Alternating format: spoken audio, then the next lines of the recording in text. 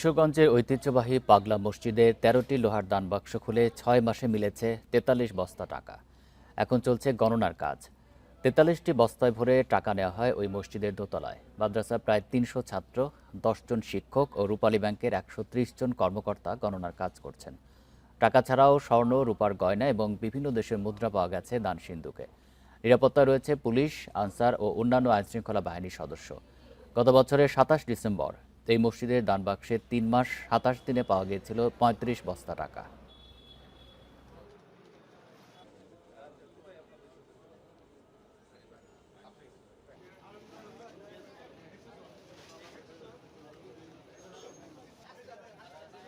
অনেক সদস্য কিন্তু এই নিরাপত্তার দায়িত্ব পালন করেছেন। আর পাশাপাশি এটাও দেখছেন এখানে নিরাপত্তা পরিস্থিতি অনেক ভালো। এখানের যারা কিশোরগঞ্জের বাসিন্দা আছেন তারা সার্বিকভাবে সহযোগিতা করছেন। প্রতি সপ্তাহে সর্বোচ্চবার বিকাশ পেমেন্টে 50 জন হবেন পেমেন্ট চ্যাম্পিয়ন। জিতে নিন টিভি সহ। এ নিয়ে জানাতে কিশোরগঞ্জ থেকে যুক্ত হচ্ছেন সহকর্মী শাহজাহান সাজু। গণনার কাজ তো ইতিমধ্যে শুরু হয়ে গেছে। গণনা কাজ শেষ হতে কত সময় লাগতে পারে বিস্তারিত জানাবেন, আর এই মুহূর্তের পরিস্থিতি কি? দেখুন, সকাল 7টায় বাক্সগুলি খোলা শুরু হয়েছে। সর্বশেষ যে তথ্য সেটা হলো 43 বস্তা টাকা পাওয়া গেছে। আর এই টাকা গণনার কাজ চলছে, কিন্তু গণনা শেষ হতে একেবারে সন্ধ্যা হয়ে যাবে এরকমটি কর্তৃপক্ষ আমাদেরকে জানিয়েছেন। এর আগের বার 3 মাস 27 দিনে এই বাক্সগুলি খোলা হয়েছিল এবং সেখানে পাওয়া গিয়েছিল 35 বস্তা টাকা। দিন শেষে গণনার পর যে পরিমাণটা দাঁড়িয়েছিল সেটা হলো 11,78,00,000 টাকারও উপরে। এবার যেহেতু 8 বস্তা টাকা বেশি পাওয়া গেছে, তার মানে ধরেই নেওয়া যায় যে এবার একেবারে রেকর্ড সংখ্যক একটা টাকা হবে। আর এবার কিন্তু 6 মাস পর, পুরোপুরি 6 মাস পর এই দান সিন্ধুকগুলি খোলা হয়েছে।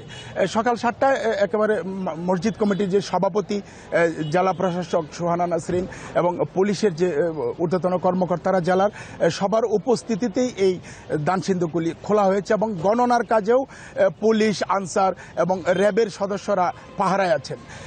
টাকা গণনা চলছে এবং পুরোপুরি গণনা শেষ হতে প্রতিবারেই সন্ধ্যার পর হয়। এবারও এর ব্যতিক্রম হবে না, কারণ এবার আরও 8 বস্তা টাকা বেশি। গেলবার 35 বস্তা, এবার হয়েছে 43 বস্তা। তো এই গণনার কাজ চলছে। মাদ্রাসার ছাত্ররা, ব্যাংকের 130 জন কর্মকর্তা সবাই এই গণনার কাজে কাজ করছেন এবং রূপালী ব্যাংকে মূলত এই টাকাগুলি জমা করা হয়। আর এই টাকা ছাড়াও পাওয়া গেছে স্বর্ণ, রূপার অলংকার, বৈদেশিক মুদ্রা, যেটা বরাবরই পাওয়া যায়।